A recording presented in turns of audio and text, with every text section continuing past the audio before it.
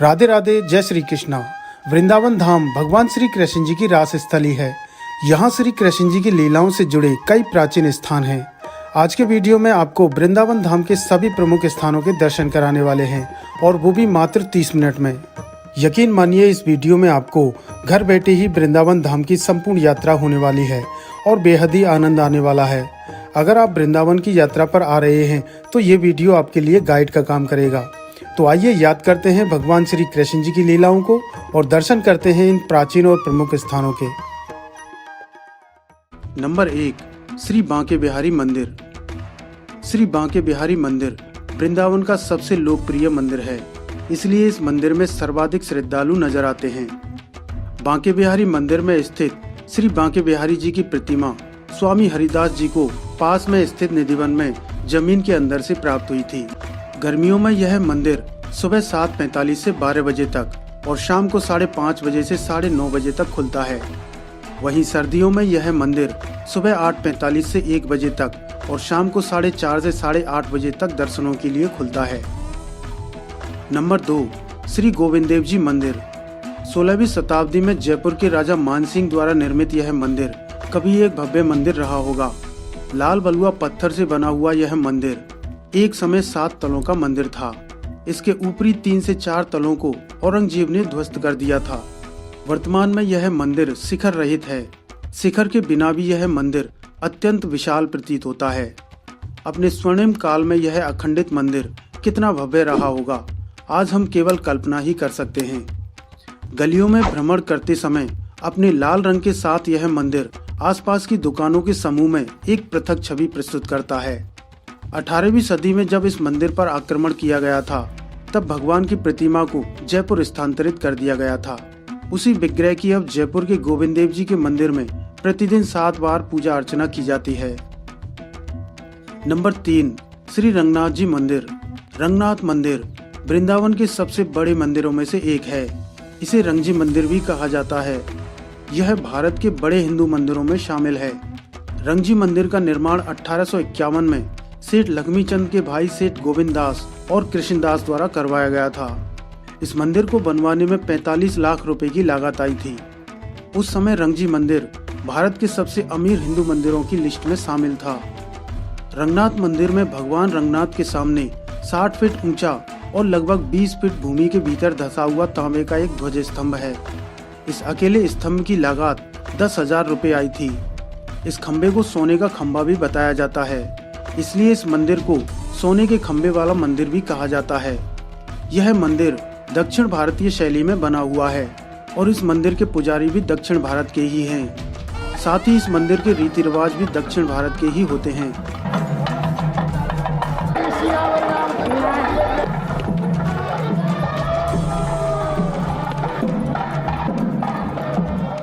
इस मंदिर में भ्रमण करते समय आपको दक्षिण भारत के मंदिरों जैसा ही अनुभव होता है। तो आप जब भी वृंदावन आएं तो रंगजी मंदिर के दर्शन जरूर कीजिएगा।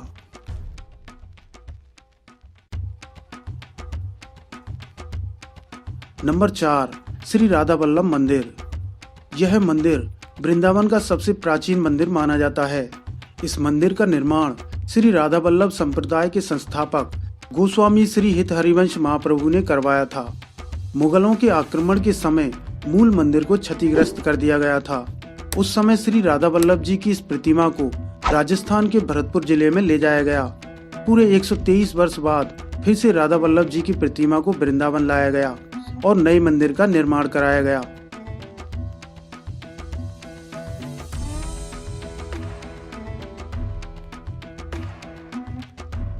नंबर 5, श्री मदन मोहन मंदिर। इस क्षेत्र के अनेक मध्यकालीन मंदिरों की भांति यह मंदिर लाल बलुआ पत्थर द्वारा निर्मित है। यह ऊंचा मंदिर कालीदह घाट के समीप एक ऊंचे टीले पर स्थित है। इस मंदिर तक पहुंचने के लिए आपको कुछ सीढ़ियां चढ़नी होती हैं। इस मंदिर का निर्माण मुल्तान के एक सेठ ने करवाया था। मुगलों के आक्रमण के दौरान इस मंदिर की मूल प्रतिमा को राजस्थान के करौली जिले स्थानांतरित कर दिया गया था। करौली में उनका भव्य मंदिर आज भी स्थापित है और इस मंदिर में अब उसी प्रतिमा के प्रतिरूप की आराधना की जाती है। नंबर 6, इस्कॉन मंदिर। इस मंदिर को कृष्ण बलराम मंदिर और अंग्रेजों वाला मंदिर भी कहा जाता है। इस मंदिर का निर्माण इस्कॉन सोसाइटी द्वारा करवाया गया है। यह मंदिर 10 एकड़ भूमि पर बना हुआ है। श्री कृष्ण भक्ति का प्रचार प्रसार करने के लिए श्रील प्रभुपाद जी ने 1966 में न्यूयॉर्क में इस्कॉन सोसाइटी का गठन किया था। इस्कॉन सोसाइटी ने पूरे संसार भर में श्री कृष्ण जी के भव्य मंदिरों का निर्माण करवाया है। इस्कॉन सोसाइटी द्वारा ही दुनिया का सबसे ऊंचा मंदिर चंद्रोदय मंदिर वृंदावन धाम में बनवाया जा रहा है। श्री कृष्ण बलराम जी को समर्पित इस मंदिर में प्रवेश करते ही श्रील प्रभुपाद जी का समाधि स्थल बना हुआ है और आगे चलकर आप मुख्य मंदिर में प्रवेश करते हैं, जहां श्री कृष्ण बलराम जी की सुंदर प्रतिमाओं के दर्शन होते हैं।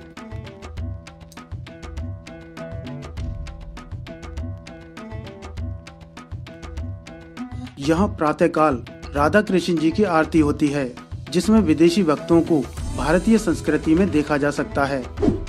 कोई विदेशी हाथ में धूप दीप लेकर आरती उतारता है, तो कोई घंटी बजाता है, कोई ढोल मंजीरे बजाता है और कितने ही विदेशी भक्त नाच नाच कर तथा झूम झूम कर आरती गाते हैं। आपको बता दें कि इस मंदिर में होने वाली आरती देश विदेश में विख्यात है। नंबर 7, गोपेश्वर मंदिर। यह स्थान भगवान भोलेनाथ और श्री कृष्ण जी की अद्भुत लीला से जुड़ा स्थान है। श्री कृष्ण जी की रास लीला को देखने की इच्छा अन्य देवताओं को भी होती थी। एक बार भोलेनाथ जी श्री कृष्ण जी की रास लीला को देखने आए थे, लेकिन रास लीला में केवल गोपियां ही प्रवेश कर सकती थीं। तब भगवान भोलेनाथ यमुना मैया के पास गए और इस पर यमुना मैया ने उन्हें गोपी घाट पर गोपी रूप धारण करवाया था। इस मंदिर में भगवान भोलेनाथ गोपी रूप में विराजमान हैं, इसलिए भगवान भोलेनाथ को यहाँ गोपेश्वर महादेव के नाम से जाना जाता है। गोपेश्वर महादेव जी का ये मंदिर वृंदावन के प्राचीन मंदिरों में से एक है। यह मंदिर सुबह 5 बजे से दोपहर 12 बजे तक खुलता है और शाम को 5 बजे से 8:30 बजे तक गोपी रूप के दर्शन होते हैं। रात्रि 8:45 बजे शयन आरती होकर 9 बजे मंदिर के पट बंद कर दिए जाते हैं। नंबर 8, निधिवन और सेवा कुंज। निधिवन और सेवा कुंज दोनों ही श्री कृष्ण जी की रास लीला से जुड़े स्थान हैं। ये पीलू के वृक्षों के छोटे छोटे जंगल हैं, जिन्हें अभी भी सुरक्षित किया हुआ है। कहा जाता है कि ये सभी वृक्ष रात में गोपियों का रूप लेकर श्री कृष्ण जी के साथ रास लीला करते हैं। दोनों ही स्थानों पर बीच में बने हुए रंग महल में श्री राधा कृष्ण जी को भोग और श्रृंगार का सामान रखकर शयन कराया जाता है और सुबह 5 बजे जब रंग महल को खोला जाता है तो सारा सामान अस्त व्यस्त मिलता है। रात के समय इन वनों में से सभी जीव जंतु बाहर चले जाते हैं। नंबर 9, राधा रमन मंदिर। इस मंदिर को वृंदावन का सबसे पवित्र और पूजनीय मंदिर माना जाता है। इस मंदिर का निर्माण 1542 में गोपाल भट्ट स्वामी जी के निवेदन पर करवाया गया था। इस मंदिर में गोपाल भट्ट स्वामी जी के सेवित विग्रह श्री राधा रमन जी की पूजा की जाती है। मंदिर में स्थित श्री राधा रमन जी के विषय में कहा जाता है कि स्वामी गोपाल भट्ट जी 12 शालिग्रामों के साथ वृंदावन में आए थे। उनमें से दामोदर शालिग्राम से श्री राधा रमन जी प्रकट हुए।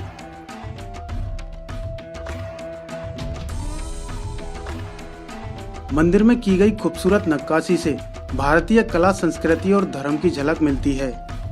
यह मंदिर सुबह 8 बजे से दोपहर 12 बजे तक और शाम को 3 बजे से रात्रि 8 बजे तक खुलता है। नंबर 10, प्रेम मंदिर। यह मंदिर वृंदावन के सबसे खूबसूरत मंदिरों में से एक है। इस मंदिर का निर्माण जगत गुरु कृपालू जी महाराज ने करवाया था। इटालियन मार्बल पत्थर से बना हुआ यह मंदिर नागर शैली में बना हुआ है। इस मंदिर का शिलान्यास 14 जनवरी सन 2001 को जगत गुरु कृपालू जी महाराज ने किया था। इस मंदिर को बनाने में राजस्थान और उत्तर प्रदेश के लगभग 1000 शिल्पकारों ने मिलकर कार्य किया था और मंदिर को बनने में 11 वर्ष का समय लगा। 17 फरवरी सन 2012 को मंदिर में प्राण प्रतिष्ठा की गई। श्री राधा कृष्ण जी को समर्पित इस मंदिर के चारों ओर की हरियाली और झांकियां बेहद ही खूबसूरत हैं। जन्माष्टमी पर यहाँ विशेष इलेक्ट्रॉनिक झांकियां सजाई जाती हैं और रात्रि में रंगीन फुहारों का शो भी दिखाया जाता है। यह मंदिर वृंदावन के अन्य मंदिरों की भांति सुबह 5 बजे से दोपहर 12 बजे तक और शाम को 4 बजे से 8 बजे तक खुलता है। राधा रानी मानसरोवर। यह एक सरोवर है जो वृंदावन से 5 किलोमीटर की दूरी पर है। वृंदावन से श्री राधा रानी मानसरोवर जाने के लिए आपको यमुना पार करनी होती है।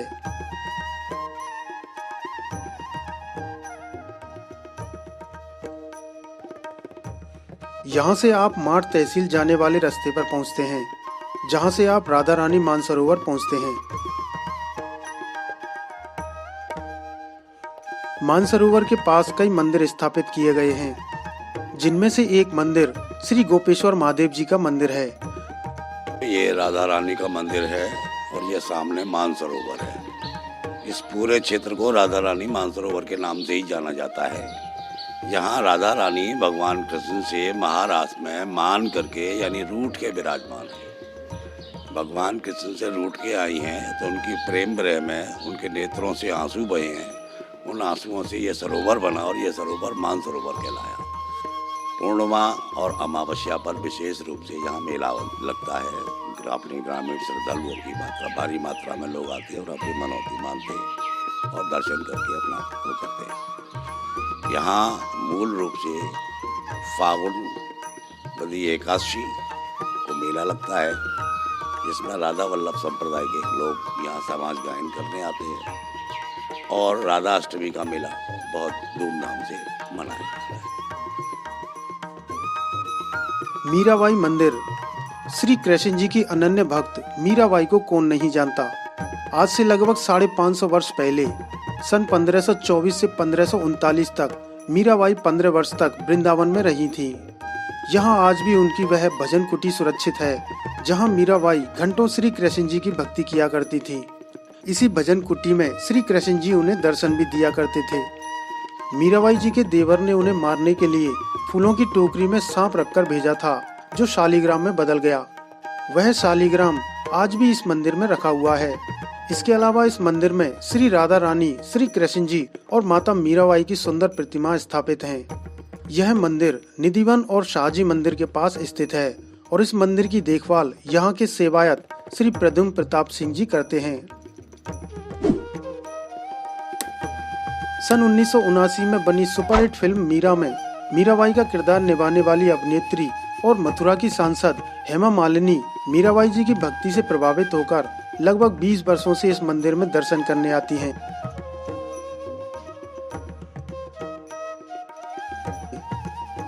श्री राधा दामोदर मंदिर। यह मंदिर वृंदावन के प्रमुख मंदिरों में से एक है, जो वृंदावन में सेवा कुंज के पास स्थित है। इस मंदिर में गोवर्धन पर्वत की एक शिला रखी हुई है, जिस पर श्री कृष्ण जी के पैरों के निशान, बंसी का निशान और गाय के पैर का निशान बना हुआ है। इस कारण इस मंदिर के विषय में कहा जाता है कि इस मंदिर की 4 परिक्रमा कर लेने से गोवर्धन पर्वत की एक संपूर्ण परिक्रमा का फल मिलता है। यह मंदिर दर्शन करने का मंदिर का नाम है राधा दामोदर जी का मंदिर। ये सप्त देवालयों में से एक है, प्रमुख है। यहाँ पर विशेष दर्शन है 4 गोस्वामी के 4 ठाकुर हैं। पहले राधा वृंदावन चंद्र जी हैं, ये कृष्णदास कविराज गोस्वामी जी के हैं, जिन्होंने चैतन्य चरितामृत लगा है। बीच में राधा दामोदर जी हैं, ये जीव गोस्वामी जी के हैं। जब मीराबाई जी वृंदावन में आई थी तो सबसे पहले किन से मिली थी? जीव गोस्वामी से। उन्हीं के ठाकुर है राधा दामोदर। इनके बाद है राधा माधव, ये कवि जयदेव गोस्वामी जी के हैं, जिन्होंने गीत गोविंद लिखा है। लास्ट में है राधा छल जीकर, ये भूगर गोस्वामी जी के हैं, जो सबसे पहले वृंदावन में आए थे। एवं यहाँ विशेष दर्शन है गिरिराज गोवर्धन जी की शिला। इसमें भगवान जी का दाहिना चरण है, गाय का खुर है, लकुटी है, बंसी है। यह 4 चिन्ह भगवान जी ने सनातन गोस्वामी जी को दिया है। उनका डेली नियम था वृंदावन से पैदल चलकर गिरि गोवर्धन परिक्रमा करना। डेली 7 कोस जाना, 7 कोस आना, 7 कोस की परिक्रमा करना। तब वृंदावन में आके जल ग्रहण करते थे।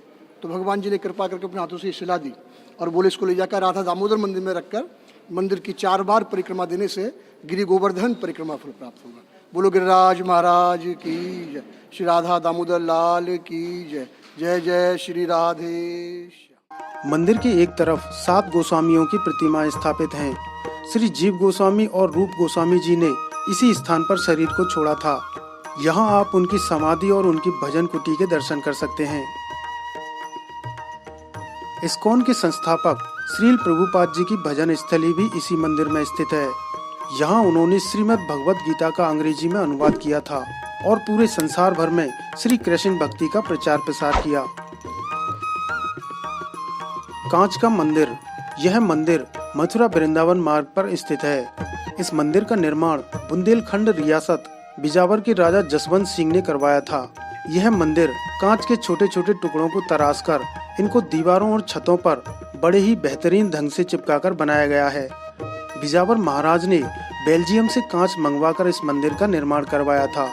छोटे छोटे कांचों में झांकने पर आप खुद को उसमें प्रतिबिंबित पाते हैं। गर्भगृह के चारों ओर और छत पर छोटे छोटे कांचों की ऐसी जड़ाई की गई है कि उन सब में श्यामा श्याम जी के असंख्य विग्रह नजर आते हैं। इसके अलावा इस मंदिर के चारों ओर एक गुफा बनाई गई है जिसमें विभिन्न झांकियां सजाई गई हैं। गर्मियों में यह मंदिर 5:15 से 12:30 तक और शाम को 3:30 बजे से रात्रि 9 बजे तक खुलता है। वहीं सर्दियों में यह मंदिर सुबह 6 बजे से दोपहर 1 बजे तक और शाम को 3 बजे से रात्रि 9 बजे तक दर्शनों के लिए खुलता है। श्री गरुड़ गोविंद मंदिर। इस मंदिर में भगवान विष्णु जी अपने वाहन गरुड़ जी पर विराजमान हैं। मंदिर में उपस्थित प्रतिमा के बारे में बताया जाता है कि इस प्रतिमा का निर्माण श्री कृष्ण जी के प्रपौत्र वज्रनाभ द्वारा करवाया गया था। कालांतर में यह प्रतिमा जमीन के नीचे चली गई। इस स्थान पर एक संत बाबा आत्मानंद जी भजन किया करते थे, जिन्हें स्वप्न में प्रतिमा के होने का आभास हुआ और काफी गहराई तक खुदाई करने के बाद प्रतिमा प्राप्त हुई। इसके पश्चात इस मंदिर का निर्माण हुआ। आज गरुड़ गोविंद देव जी के इस मंदिर में उसी प्रतिमा के दर्शन होते हैं। मंदिर कमेटी द्वारा यहाँ गरीब कन्याओं का विवाह भी कराया जाता है। इसके अलावा संपूर्ण ब्रज क्षेत्र से नवविवाहित जोड़े श्री गरुड़ गोविंद देव जी का आशीर्वाद लेने आते हैं। बिड़ला मंदिर। बिड़ला मंदिर मथुरा वृंदावन के प्रमुख मंदिरों में से एक है।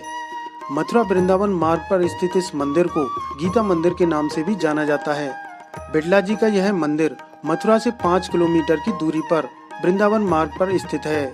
मंदिर के अंदर का प्रांगण काफी बड़ा है, जिसमें मध्य में सुदर्शनधारी श्री कृष्ण जी विराजमान हैं।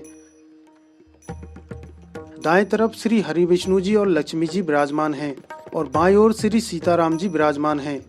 सफेद संगमरमर से बनी ये प्रतिमाएं बेहद खूबसूरत हैं और हर समय जगमगाती रहती हैं। मंदिर के सामने श्री हरि विष्णु के वाहन श्री गरुड़ देव जी श्री हरि के सामने हाथ जोड़कर विराजमान हैं।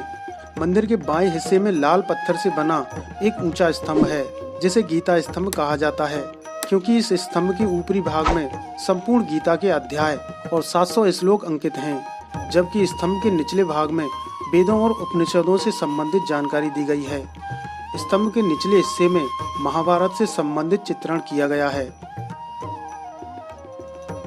इस स्तंभ के पास एक रथ बना हुआ है, जिस पर भगवत गीता और शंख की आकृति बनी हुई है। मंदिर के बाएं भाग में दक्षिण मुखी हनुमान जी का मंदिर है। हनुमान जी की प्रतिमा का मुख दक्षिण की दिशा में है, इसलिए इन्हें दक्षिण मुखी हनुमान जी कहा जाता है। मंदिर का परिसर काफी बड़ा है और चारों ओर हरियाली से आच्छादित है।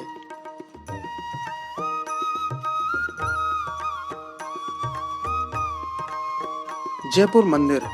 यह एक विशाल मंदिर है, जिसका निर्माण 1917 में जयपुर के महाराजा माधव सिंह ने करवाया था। यह मंदिर मथुरा से वृंदावन जाने वाले मार्ग पर स्थित है। यह मंदिर ब्रज के सबसे बड़े मंदिरों में से एक है। मंदिर की दीवारों, खंभों और दरवाजों पर राजस्थानी शैली में की गई नक्काशी देखने को मिलती है। कला की दृष्टि से यह मंदिर उत्तर भारत का प्रमुख मंदिर है। मंदिर के गर्भगृह के सामने एक बड़ा प्रांगण है, जिसमें 16 विशाल खंभे हैं। मंदिर के मध्य में श्री राधा माधव जी की प्रतिमा स्थापित है। इन्हीं के बाईं ओर आनंद बिहारी जी राधा रानी और अष्ट सखियों के साथ विराजमान हैं और दाईं ओर ठाकुर जी के 23वें अवतार श्री हंस गोपाल महाराज जी की प्रतिमा स्थापित है, जिनके बगल में नारद जी और ब्रह्मा जी के 4 मानस पुत्रों के दर्शन होते हैं।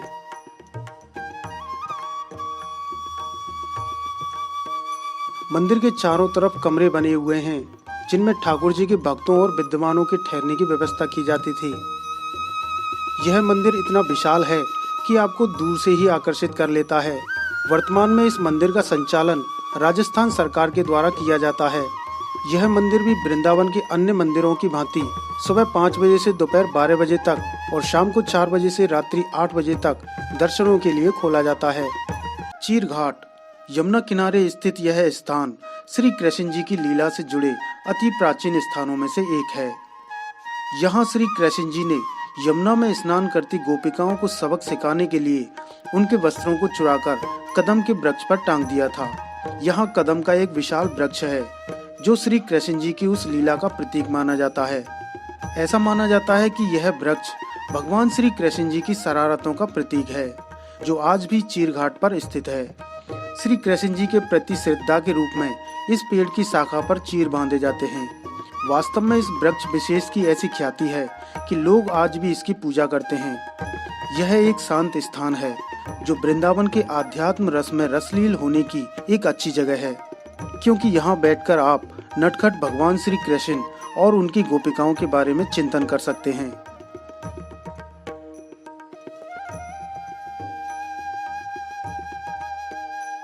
कालियादह घाट यमुना किनारे स्थित यह स्थान भी अति प्राचीन है।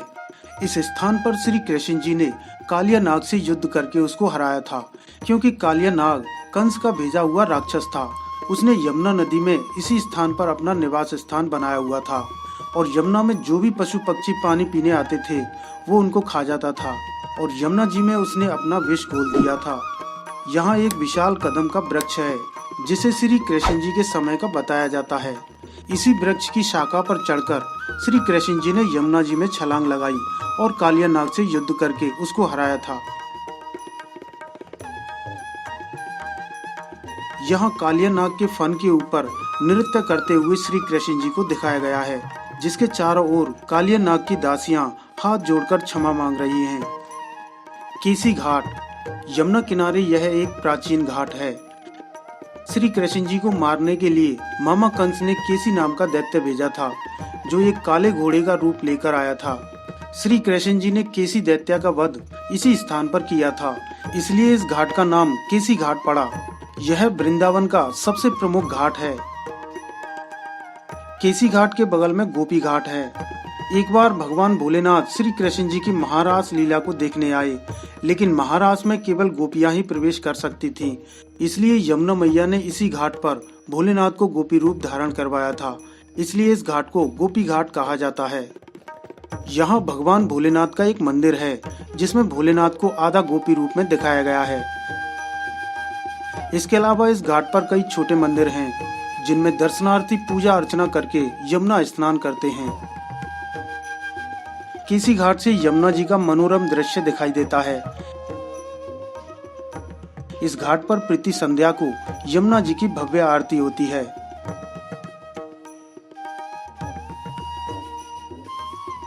इमली घाट यह स्थान वृंदावन धाम में चीर घाट के पास में है। यमुना किनारे इस स्थान पर श्री राधा कृष्ण जी अक्सर मिला करते थे। यह उनका प्रिय स्थान था। यहाँ एक प्राचीन इमली का वृक्ष है जिसे सुरक्षित किया हुआ है। प्राचीन मान्यता के अनुसार इस वृक्ष की पकी हुई इमली पर राधा रानी जी का पैर पड़ने से उनके पैरों की मेहंदी खराब हो गई। तभी से राधा रानी के श्राप के कारण वृक्ष क्षेत्र में इमली के पेड़ों पर इमली तो लगती हैं लेकिन पकती नहीं हैं। पुराना वृक्ष सूख चुका है, लेकिन उसी के बगल में प्रतीकात्मक रूप में एक और इमली का वृक्ष लगा दिया गया है। लगभग 550 वर्ष पहले ब्रज भ्रमण के समय श्री चैतन्य महाप्रभु ने अक्रूर घाट पर निवास किया था। वहीं से वे प्रतिदिन इमली तला घाट पर हरि भजन करने आते थे। उस समय यहाँ घना जंगल हुआ करता था और काफी शांत स्थान था। यहाँ श्री राधा रानी जी का मंदिर बना हुआ है, जहाँ हर रोज ढेरों श्रद्धालु दर्शन करने आते हैं।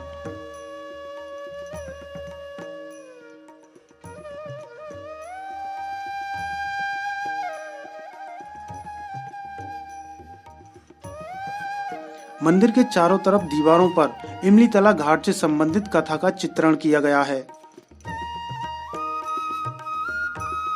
ब्रह्म कुंड वृंदावन धाम में स्थित यह कुंड श्री रंगजी मंदिर के उत्तरी द्वार के पास स्थित है।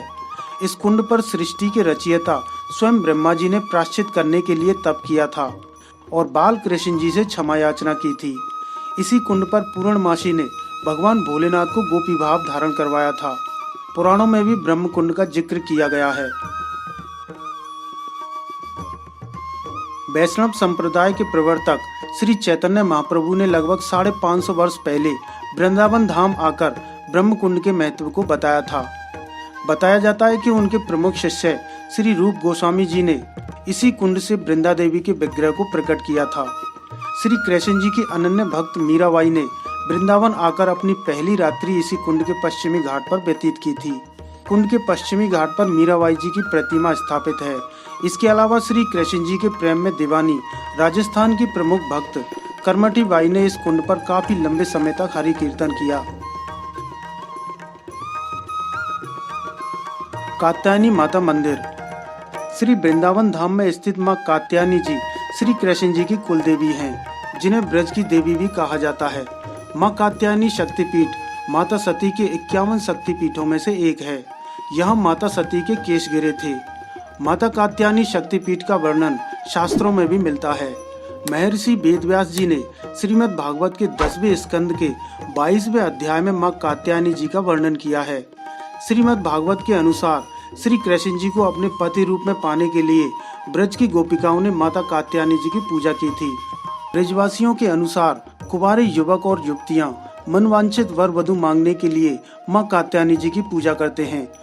नवरात्रा के अवसर पर यहाँ मेले का भी आयोजन होता है और देश विदेश से हजारों श्रद्धालु मां कात्यायनी जी का आशीर्वाद लेने आते हैं। मां कात्यायनी शक्तिपीठ रंगजी मंदिर के बगल में 12 बीघा क्षेत्र में स्थित है। इसके 5 बीघा क्षेत्र में राधा बाग बना हुआ है।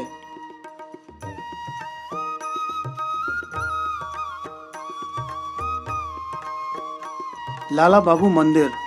यह मंदिर वृंदावन के अद्भुत मंदिरों में से एक है, क्योंकि इस मंदिर में विराजमान प्रतिमाओं में प्राण होने के साक्षात प्रमाण देखे गए थे। यह मंदिर इसमें विराजमान ठाकुर जी के नाम से नहीं, बल्कि निर्माणकर्ता भक्त के नाम से जाना जाता है। इस मंदिर का निर्माण बंगाली कायस्थ वर्ण के श्री कृष्ण चंद्र सिंह उर्फ लाला बाबू ने सन 1810 में करवाया था। यह एक विशाल मंदिर है, जिसमें एक बगीचा है और चारों ओर ऊंची ऊंची प्राचीरें हैं। मंदिर का कुल परिसर 21 बीघा क्षेत्र में फैला हुआ है। सन 1810 में इस मंदिर के निर्माण में 25 लाख रुपए की लागत आई थी। श्री लाला बाबू के विषय में कहा जाता है कि उनका जन्म 1725 में बंगाल के एक धनाढ्य परिवार में हुआ था और एक बालिका के कथन से प्रेरित होकर अपना सब कुछ त्याग कर वृंदावन में श्री कृष्ण जी की भक्ति करने आ गए। लाला बाबू की इच्छा थी कि उनकी मृत्यु के पश्चात उनके शव के पैरों को बांधकर घसीटते हुए वृंदावन की परिक्रमा करवाई जाए। न जाने इस नश्वर शरीर से कितने जीव जंतुओं को कष्ट पहुंचा होगा और शेष शरीर को जलाकर उसकी राख को वृंदावन की मिट्टी में बिखेर दिया जाए। उनकी मृत्यु के पश्चात ऐसा ही किया गया। बंसी बट। आपने दोहों और भजनों में बंसी बट का नाम अवश्य ही सुना होगा। यहाँ बट वृक्ष के नीचे खड़े होकर श्री कृष्ण जी ने बंसी की धुन बजाई थी, इसलिए इसे बंसी बट कहा जाता है।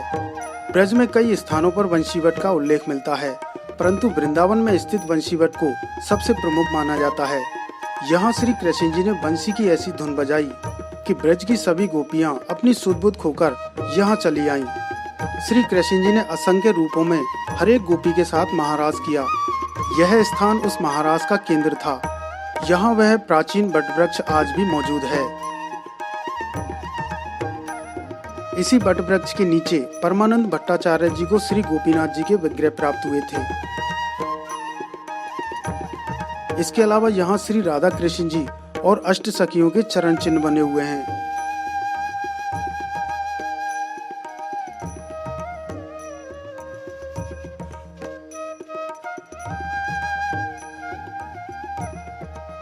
श्रृंगार वट। वृंदावन में स्थित यह वह स्थान है जहां वट वृक्ष के नीचे श्री कृष्ण जी ने राधा रानी जी का श्रृंगार किया था। यह स्थान यमुना किनारे श्रृंगार घाट के पास स्थित है। मान्यता है कि महाराज के दौरान जब श्री कृष्ण जी हर एक गोपी के साथ रास कर रहे थे तो गोपियों को सौभाग्य मद आ गया कि कृष्ण सिर्फ उनके ही हैं। तब श्री कृष्ण जी गोपियों का मद दूर करने के लिए महाराज से राधा रानी जी को लेकर अंतर्ध्यान हो गए और श्रृंगार वट पर आ गए। यहाँ उन्होंने वट वृक्ष के नीचे श्री राधा रानी जी का श्रृंगार किया था। यहाँ उस वट वृक्ष के अवशेष आज भी सुरक्षित हैं। यहाँ वह रज आज भी सुरक्षित है जिस पर राधा रानी जी अपना श्रृंगार उतार कर लेट गई थी।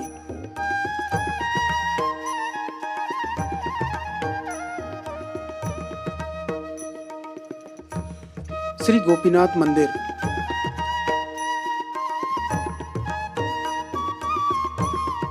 यह मंदिर वृंदावन के प्राचीन मंदिरों में से एक है।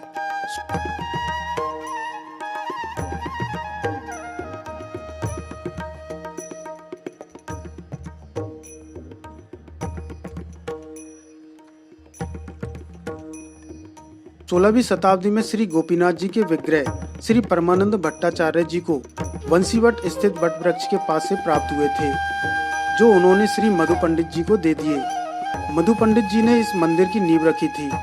मुगल आक्रमण के समय श्री गोपीनाथ जी के विग्रह को राजस्थान के जयपुर ले जाया गया और तब से अब तक इस मंदिर में गोपीनाथ जी के विग्रह के उसी प्रतिरूप की पूजा की जाती है और मूल प्रतिमा जयपुर के गोपीनाथ मंदिर में आज भी स्थित है। श्री युगल किशोर मंदिर। वृंदावन में यमुना किनारे केसी घाट के बगल में स्थित यह मंदिर वृंदावन में मुगल आक्रमण की गवाही देता है। इस मंदिर के युगल किशोर जी के विग्रह हरिराम व्यास जी को सेवा कुंज के पास किशोर वन में एक कुएं से प्राप्त हुए थे। हरिराम व्यास मध्य प्रदेश के ओरछा के राजगुरु थे। मुगल आक्रमण के समय श्री युगल किशोर जी के विग्रह को ओरछा के महाराज ओरछा ले गए, जहां ओरछा के पास पन्ना में स्थापित कर दिया। वर्तमान में पन्ना में श्री युगल किशोर जी का भव्य मंदिर बना हुआ है और तब से ही यह मंदिर बंद है। इस मंदिर का गुम्बद इतना ऊंचा है कि यह यमुना पार से भी दिखाई देता है। शाहजी मंदिर। इस मंदिर को टेढ़े खंभे वाला मंदिर भी कहा जाता है। यह मंदिर दूर से देखने पर एक महल के समान दिखाई देता है, जिसकी खूबसूरत डिजाइन और खंभों को देखने दूर दूर से लोग आते हैं।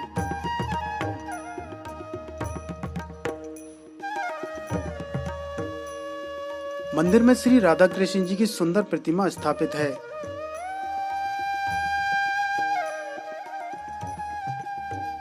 और दीवारों पर खूबसूरत चित्र बने हुए हैं।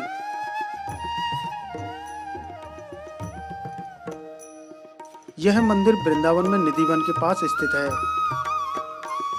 ये दोस्तों जो मंदिर है ये 3 पोर्शनों में है। ये बीच में जो एक हॉल है और इसके सामने ये गर्भगृह है और ये है बसंती कमरा, जो केवल बसंत पंचमी के दिन ही खुलता है। यहाँ से ठाकुर जी इस बसंती कमरे में आते हैं और बसंत पंचमी के दिन यहाँ दर्शन देते हैं। और ये जो हॉल है, इस हॉल के जो पीछे है, इस हॉल के पीछे एक सिंहासन बना हुआ है, जहाँ ठाकुर जी केवल सावन के महीने में 11 यानी एकादशी के दिन विराजमान होते हैं और वहाँ फुआरे चलते हैं, रंगीन फुआरे चलते हैं। सवामन शालिग्राम मंदिर। इस मंदिर में आपको सवामन के शालिग्राम जी के दर्शन होते हैं। कहा जाता है कि पूरे विश्व में इनसे बड़े शालिग्राम कहीं नहीं है। इस मंदिर में 2 शालिग्राम शिला रखी हैं, जिनमें से एक शालिग्राम सवामन के हैं, जो हैदराबाद में जमीन के अंदर से प्राप्त हुए थे। इन्हें भगवान विष्णु का अवतार माना जाता है। और दूसरे शालिग्राम जी 40 किलो वजन के हैं, जो नेपाल में गंडक नदी से प्राप्त हुए थे। इन्हें शेषनाग का अवतार माना जाता है। यह मंदिर वृंदावन में लोई बाजार में स्थित है। श्री गोदा बिहारी मंदिर। यह मंदिर वृंदावन के अद्भुत मंदिरों में से एक है, क्योंकि इस मंदिर में सनातन धर्म से संबंधित लगभग सभी देवी देवताओं की प्रतिमाएं स्थापित हैं, जिन्हें बड़े ही बेहतरीन ढंग से अलग अलग लोकों में स्थापित किया गया है। इस मंदिर में स्थापित प्रतिमाएं संपूर्ण सनातन धर्म व संस्कृति का वर्णन करती हैं। मंदिर का प्रांगण काफी विशाल है, जिसमें मध्य में श्री हरि विष्णु माता लक्ष्मी जी के साथ गोलोक धाम में विराजमान हैं। मंदिर की प्रतिमाएं बेहद ही खूबसूरत हैं। अगर आप वृंदावन यात्रा पर आते हैं तो गोदा बिहारी मंदिर के दर्शन अवश्य कीजिएगा। वृंदावन धाम के अन्य प्रमुख स्थानों के दर्शन आप वीडियो के नीचे दिए चैनल इंडियन रील्स के लोगों पर क्लिक करके चैनल पर जाकर देख सकते हैं। वृंदावन के प्रमुख दर्शनीय स्थलों का यह वीडियो आपको कैसा लगा, कमेंट सेक्शन में जरूर बताइएगा। वीडियो पसंद आया हो तो इसे लाइक कीजिए और दोस्तों व परिवार के साथ भी जरूर शेयर कीजिए। मित्रों, इस चैनल पर हम संपूर्ण ब्रजधाम की यात्रा करवाने वाले हैं। अगर आपने अभी तक चैनल इंडियन रील्स को सब्सक्राइब नहीं किया है तो अभी सब्सक्राइब करके घंटी वाला बटन दबाइए और घर बैठे यात्रा का आनंद लीजिए। चैनल सब्सक्राइब करना बिल्कुल फ्री है। तो मिलते हैं वृंदावन धाम यात्रा के अगले एपिसोड में। जय श्री राधे कृष्ण।